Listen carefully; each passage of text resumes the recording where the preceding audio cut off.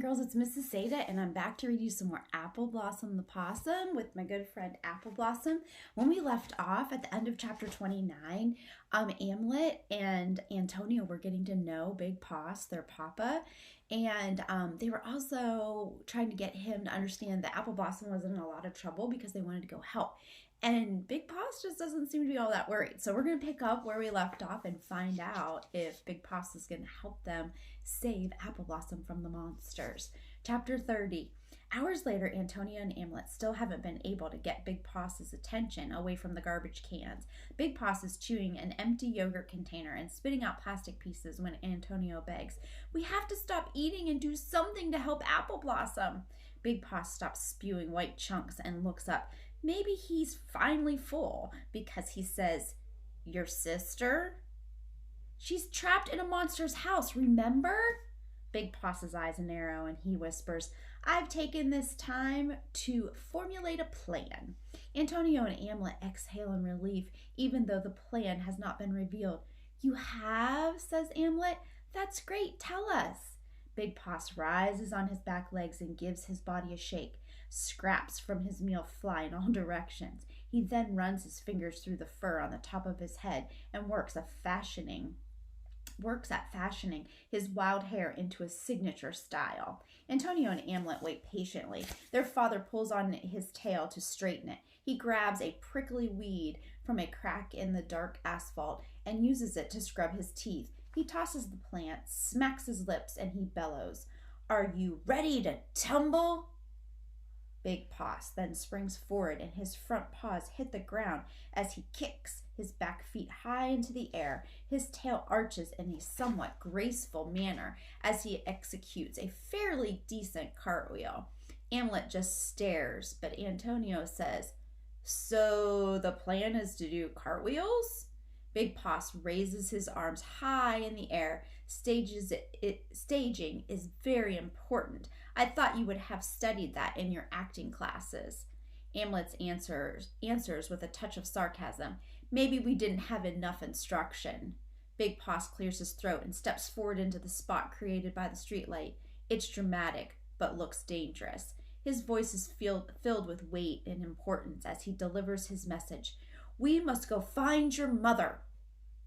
Antonio can't hide his anger. "Your big plan is to find Mama Possum? If that was your big plan, why didn't you tell us hours ago? And how do you intend on finding her?" says Amlet. "We haven't seen her in days."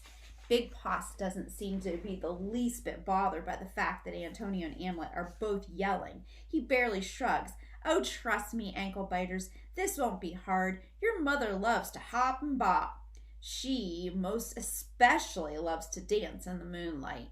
Antonio doesn't hide his disdain. "Mama doesn't hop and bop." And Amlet adds, "And Mama absolutely doesn't dance in the moonlight." Big Poss groans. The young never really know their parents. That's the tragedy of modern life. Amlet answers, "Of course we don't know you. We only met you earlier tonight." Big Poss grabs his own tail and cracks it like a whip. "Believe me when I say that your mama loves rock and roll." Amlet's voice is shaky. "Hey, sure, whatever you say. You're the Big Poss." Big Poss spins around and does a quick two-step. For now, we exit stage left. The next thing the two possums know, Big Poss has dropped to the ground and scurries to the telephone pole, where he starts to climb with great vigor. Antonio and Amlet have no choice but to follow. With a lot more balance and skill than seems possible, their flabby father scrambles out onto the wires that connect the poles. Amlet and Antonio struggle to keep up. Big Poss's weight makes the telephone line bounce, and that, plus his singing, makes for a unique high wire act. The two brothers are so intent on not losing sight of the large marsupial that they forget that they have never been this far from their own neighborhood. Almost an hour passes before Big Poss finally stops atop a pole on a platform that looks out on a wide, glowing river of light. This is the largest cement path that Antonio and Amlet have ever seen. One side is red and one side glows bright white. Are you using your imagination to think about what they're looking at? Amlet whispers to Antonio, the vicious beasts are all together. So it looks like they're looking at a highway. Kind of like when you're on 79 or 80, where there's lots of cars going one direction and lots of cars coming the other direction. Pretty cool, huh? Whew, that would be a shock to a possum system. Big Poss wraps his tail around the wire and bellows over the rumble of the metal monsters. Take a peek at that, pilgrims, Antonio manages. You took us all this way to see monster migration? Amlet whispers, what's migration? Antonio doesn't answer, his eyes now fixed on the wire ahead, which runs towards enormous towers. These giant structures have cables strung high above the wide cement path. Big Poss stares out into the distance. Your mama is on the other side. Antonio steps back in defeat. Big Poss, I can't go out there. I have problems with heights. There, I said it. I'm a big baby. Maybe that's what you should call me. At his side, Amlet whispers, same with me. Can't do it. Big Poss looks at his two sons. Can't do what? Amlet speaks for both of them. We can't cross over the cars and trucks on that high wire. Big Poss laughs. We're not crossing from above. I just came to show you the view. His spotted tongue rolls back into his mouth, and Big Poss turns and starts down the pole to the ground. Antonio and Amlet are both confused. If he isn't going to cross in the air, does he plan on crossing on the ground? Antonio calls out, what are you doing? We can't face that many cars and trucks. But Big Poss doesn't answer. Once down the pole, Big Poss heads for a rock pile in an area thick with weeds, scraps of paper, and many, many plastic bags, mostly torn or caught in snarls around the scrappy green shoots. Big Poss knows his way around, and he moves quickly, not in a straight line, but in a zigzag manner, until he comes to a large storm drain that is unseen behind the rocks. Follow me, single file, and don't chase the toads or talk to the rats. We don't have time to listen to their nonsense. There is a metal grate in front of the storm drain. It isn't difficult for Antonio and Amlet to get through, but Big Poss has to draw in his breath and squeeze his body into a gap that does not look large enough to accommodate his girth. He's thrilled when he gets to the other side, shouting, when you are an actor, your body is your instrument.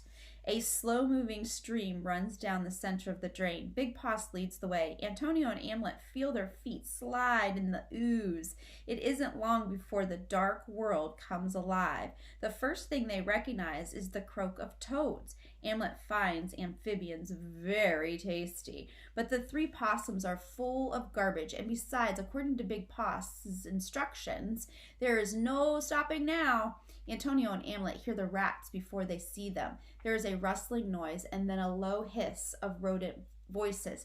Hey there, you beasts new to this neighborhood. Can we talk?